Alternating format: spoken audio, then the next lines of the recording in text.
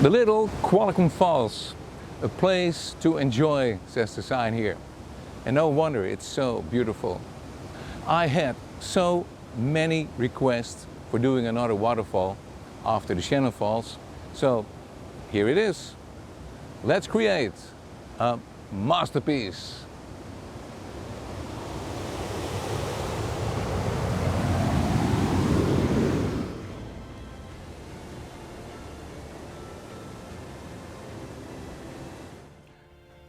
Hello and welcome in the studio.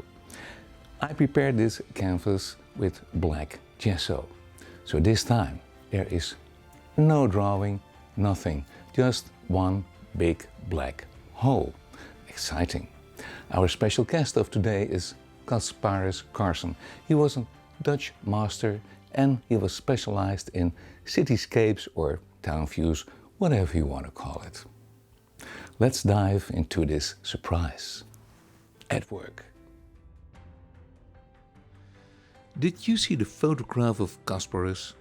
That was one of the first photos taken with glass plates, and look at his moustache, impressive. In the meantime, I started with a 1-inch brush. We can set up the hazy background layer of the forest, but first I start with light gray on top and a bit more dark gray. Forwards a little bit lighter, just add some titanium white and you're there. We always mix our own gray. Let me tell you something about that. Sometimes my students ask me, Michael, what a work, why don't we buy a tube of black, add some white and make our own gray then? Yes, of course you can do that, but I call that plastic gray. The Dutch masters created their own blacks and grays. If you want it more bluish, add some more blue. Do you want it more brown? Add some more burnt umber. Does that make sense to you? Great. Remember that black and white are man-made colors. There is no black and white in nature. If you find a dark stone in the river, there's always some light into it. If you find a white stone, it seems white, but if you take a good look, there's always some dark into it. So with that in mind, it's better to create your own blacks and grays. As you can see, I added on the place of the waterfall a little bit more dark gray. That's easy, just go a bit into your dark. As you will understand, the waterfall is light. So here we create a dark background and watch my techniques. I paint in a direction, downwards. When the waterfall comes down, we can set up a pool, so I changed my direction of strokes into horizontal strokes. That makes sense. And we can do the same for the river. During thousands of years, the water curved its way to the stones. You hardly can believe it, but this beautiful place was made by water. On the upper part, we can paint with a fan brush some background foliage. We mix a middle tone gray and start wiggling the fan brush. It's such a great brush. I always put 2 tones of gray on the brush, a light and middle tone, and watch my technique. I wiggle and wiggle my wrist. Now don't be too precise, it's all background and most of it will be covered with other colors. With a small round brush we can paint some tree trunks, and yes, I still use a middle tone of gray. We can do this freehand or use the palette stick if that makes you more comfortable. It's always nice to paint some hanging dead branches. See how much you want to do. Again, we paint some more far away tree trunks. Paint it very loose, it's all far away and vanishing into the mist. And this will create an almost mystic atmosphere, the source of many fairy tales and stories. Again, paint a number of dead hanging branches. I love to do that. In a big forest like this, you will see thousands of them. We can paint some more background foliage, paint some different tones, and then it looks more three-dimensional. With different tones, I mean light and dark. Before you get totally depressive of all the grays, we will start adding some greens. Mix yellow with green earth and not the other way around. Yes, start with yellow and add slowly green earth and see what happens. I always mix three tones, light, middle and dark. Then I can improvise. Here we build up the edges of the rocks. They're all covered with weeds, grasses and whatever grows there. Then we can create some rocky background. Just take a bit of light gray and push it into the wet underlayer. That's so easy. Now before we move on, we will take a look at the work of Kasparus or Caspar for Friends and look how he used the miracle techniques of the perspectives. Enjoy. Caspar was born in 1810 and he lived to be 86 years old, quite an age in those days. Painting a building like this castle church takes a lot of know-how. It has great perspectives and still the romantic touch without becoming too mathematical.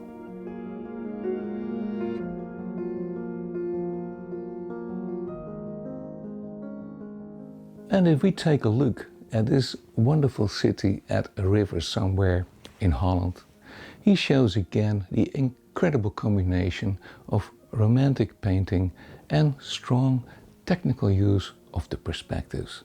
Isn't this beautiful? Caspar uses strong highlights and dark tones too.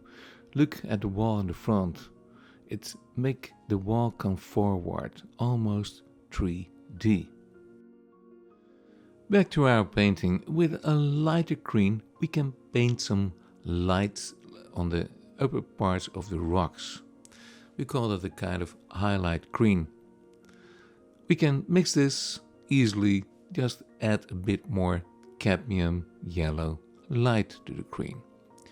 Never use white, remember that. The fan brush is always a big help when it comes to rough surfaces. Behind the waterfall, which is light of course, we need some dark background. With a dark gray tone, almost black, we can do that easily. We call this deceiving the eye, trompe-l'œil. But we painters, we can cheat a bit. Don't worry, you are allowed to do so. With a bit of bluish gray, we can set up the waterfall. With a fan brush, we push the bristles downwards in the direction of the water.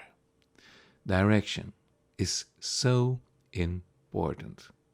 If the water falls down, make brush strokes who will go down, never horizontal. And yes, the paint will mix a bit with the wet underlayer, but that will give a nice natural effect. Don't be disappointed when it doesn't work the first time. Sometimes water needs more layers in different tones. Below the waterfall, we can do the splashing. Take the fan brush and just let the foam go wild. In the middle we can paint some more highlight. That will give the fall more structure. And again we move down along the stream. And of course we can do this also on the foam below the falls. The more the better, but don't overdo it, then you spoil the effect. Just here and there. You might have noticed that we speed up the tempo of the movie, but I hope you still can follow my moves. We have to do this, otherwise the whole episode would take more than 3 hours and it might be a bit boring for you. Yes, I'm a slow painter, sorry. On top of the waterfall, we can paint some deep green into the water. I use a small round brush. Down below, in the gorge, we want some more water movement. With a fan brush, I shake a bit of light gray into the underlayer, and that will work perfectly. We do this painting in oil paint. A very friendly, easy to use, natural paint. No poisons, all linseed oil-based pigments, and very, very forgiving. If you make a happy mistake, you can easily repair it. If you use acrylics, it's very easy to follow too, but you have to use retarder to slow down the process of drying, and a good acrylic medium to make the paint nice and smooth. With a 1-inch brush, we have to set up the high rocks at the foreground. I loaded the brush with dark gray and a touch of burnt sienna. You can see that I go down with my brush strokes. And with a bit of light gray, we can create some outstanding rocks already. But we're not going into details yet. Keep it rough. Sorry that I'm painting in my t-shirt, but during this episode it was 45 degrees in my studio. For a Dutchman, that is way too much. We like the cool temperatures.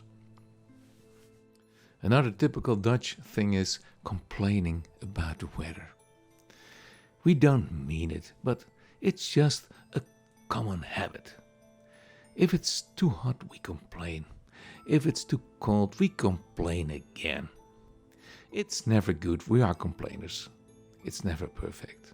But for the rest, well, we are pretty nice.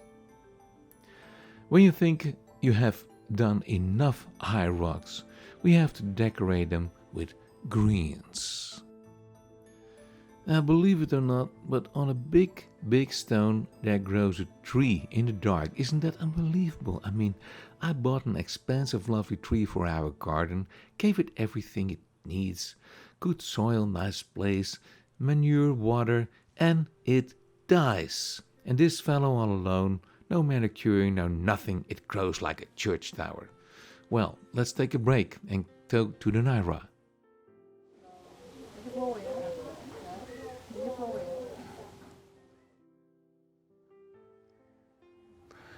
We are in the North Island Wildlife Recovery Center for our monthly update. As you have painted with me before, you probably know I love owls. They have something special. And here we are with eye gone and one eye. They have some problems with their eyesight, so they have to stay here probably the rest of their life, which is probably for them no problem. They're pretty good here. Well, yeah, you can. You got your phone? Can get a picture with you beside her as long as you keep your hands down. Yeah? You want that? So this is my new girlfriend Emily, and I hope she won't eat me alive. Oh, Hi Emily, how's it going? She's still got a leftover of a rat in her beak, but as long as it's not me, I'm okay with it. But isn't she beautiful? Do you know how old she is? Yes, she was born in 2009. 2009. She's Oh, about 9 years wow. old now. Oh, and how old can she be? In a perfect world, they could live up to 18 years, but sadly Oh. the average is much lower in the wild. Yeah. In captivity, most of the animals will outlive their natural lifespan, so 20 or Yeah. early 20s wouldn't be unusual. But this is a perfect world. Yes, this is a perfect world here for sure. Yeah. Are you happy here? Right, Emily? Say Yeah. yes. Yes. Okay, I'll cool. say it for her. Okay, thank you so much. Yeah, you're okay, welcome. Great.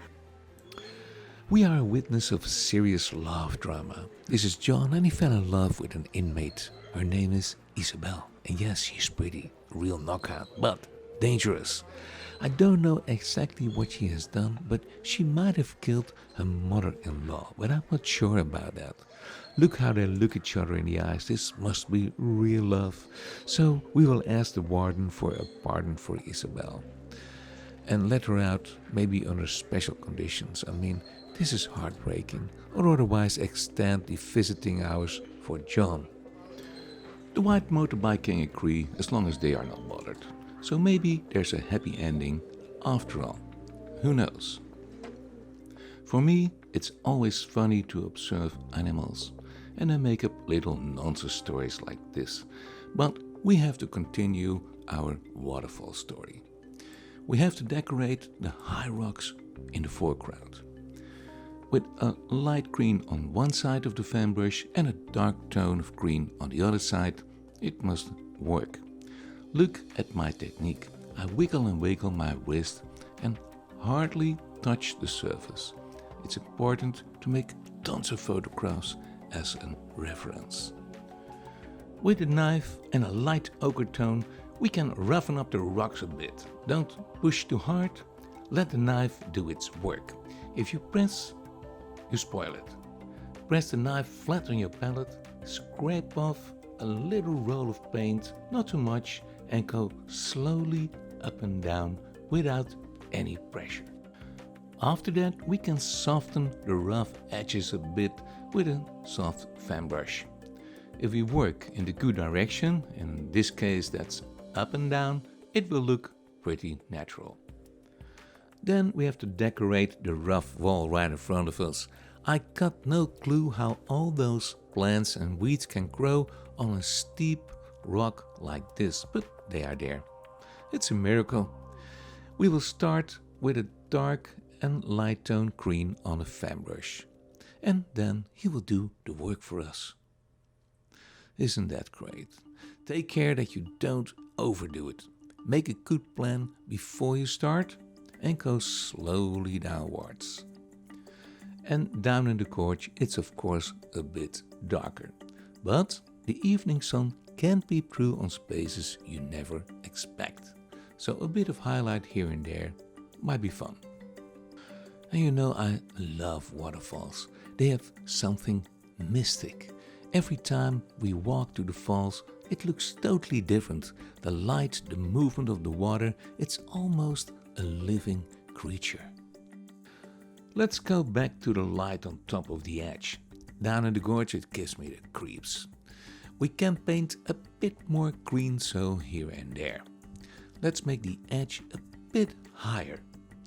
First some dark tones and then some more light tones of green. Mix a bit more cadmium yellow to the green and you have a wonderful highlight green. Now let's paint some trees too. We use a stick as a ruler and draw with a small round brush some trunks. I mixed a dark gray with a bit of burnt sienna. Pushing it into the wet underlayer will give a nice natural effect. And of course, I love painting hanging dead branches. I can go on for hours like that, but that is not a good idea. Let's do a few trunks more. And yes, I know you want to paint a dense forest, but then you spoil it. It's all about effects. Maybe 3 or 5 trees in the front will do it, and that's enough, believe me. So here and there, a few trunks and branches, and that will do it. On top of it, as a kind of light, I use a mix of burnt sienna and titanium white. That is a very nice natural color.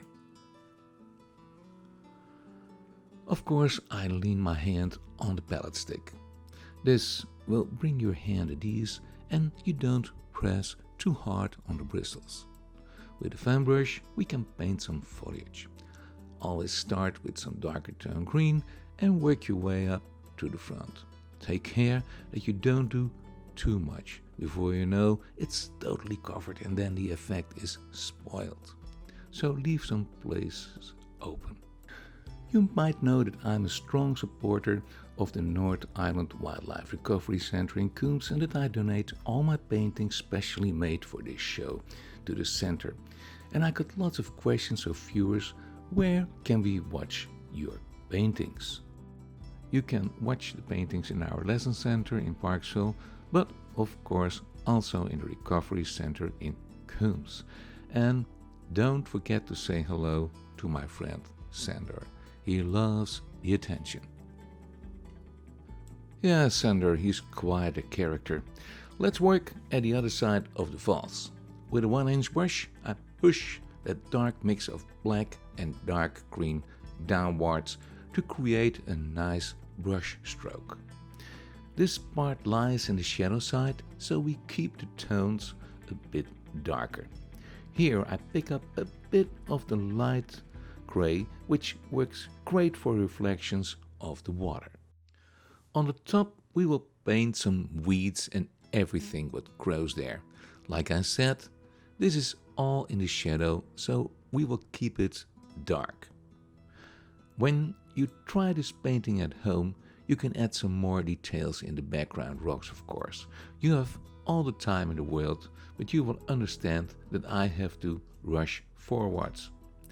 Bringing the footage back in 28 minutes, that's sometimes a challenge, but it's fun.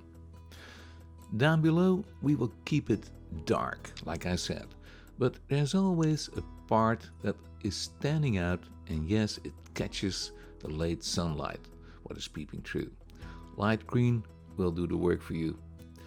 I'm aware that we do almost a complete painting with a small fan brush, isn't that wonderful? Now let's take a break and I show you an impression of whitewater boating in Holland. If you're brave enough, you can take a canoe and do some whitewater canoeing here. Well, I admire those brave people, but not for me. I'd rather paint. We start nice and easy in the canals of Amsterdam, my hometown. Then we are in the harbor, the so-called A or Egg. We will pass the locks of Amsterdam, big and exciting, and then hell breaks loose into heavy and dangerous traffic of big ships speeding to all directions. And before you know it, we are on the IJsselmeer, an extreme, dangerous old inside sea with an aggressive, short and steep wave rhythm. Many ships were blown to pieces here during big storms. But the views are unforgettable, and this is Holland on its best. The captain brought us back safe and well, and we continue the last part of the painting. I hope you are not too seasick after all the shaking and rolling.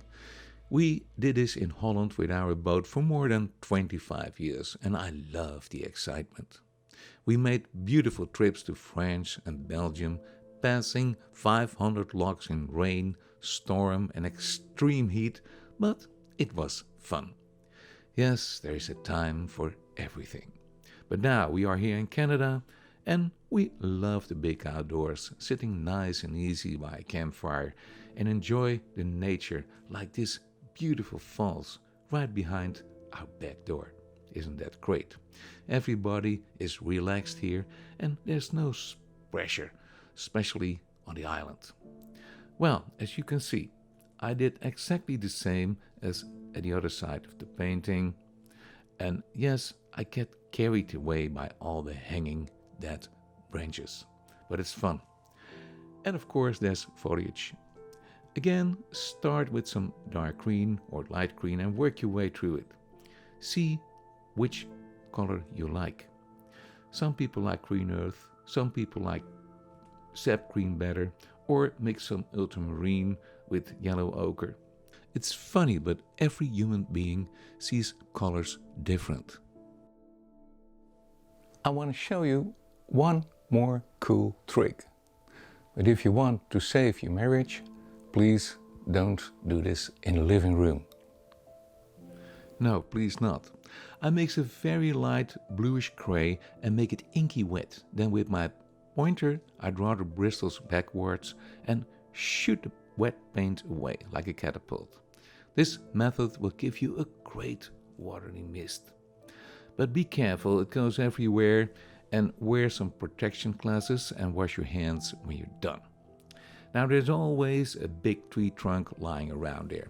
Most of the time there's even more, and you can do that, but for now I will paint one. Just a bit dark gray will do it, and on top a bit of burnt sienna for the light.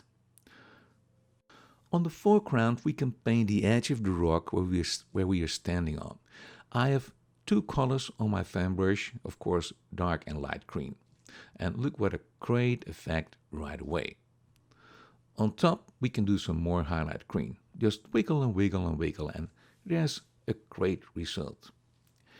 At the end of the painting I always like to do some final highlights, so here and there. Let's take a little break because I have to show you our lesson center in Parksville. My sweet wife Els is the designer for Heartfelt Creations and loves to share her know-how with you. In small, comfortable classes, you can learn how to make beautiful creations like this. She will show you how it works, and as we are a Heartfelt dealer, you will find everything you need and more. Just come by and take a look around. If you want to make a painting like this, I'll be more than happy to show you how. Besides scrapbook lessons, we organize weekly painting courses in the style of the Dutch masters. We keep the group small to give you all the attention you need, and you will learn a lot. Here are a few of my paintings, and as you can see, I love animals, but every topic is possible. In our creative center, we sell also musical instruments and everything you need to make music, and of course, there are the music lessons for all ages. The bass is always the heart of the band and fun to play. Guitar is still the most popular instrument, and I can teach you any style you desire. The ukulele was suddenly back on stage, and it's so easy to play. Big fun, and within weeks you play. Here is our youngest singing star recording his second CD, and it's so fun to do. In a playful way, you will learn all the voice techniques. The drummer is the beating heart of the band. Play along with your favorite music and learn the techniques of your favorite artists. Piano and keyboard are demanding instruments, but thanks to our modern method, you will play your first song after your first lesson. Enough commercials now, let's go back to the painting. You might not realize it, but for this painting we only used 7 pigments or colors. Isn't that cool? Sometimes less is more. The little Qualicum Falls are ready to dive in with a canoe and do some white water rafting. But without me, that is. As usual, you will find the whole episode also on our website. Thank you for watching and keep on painting.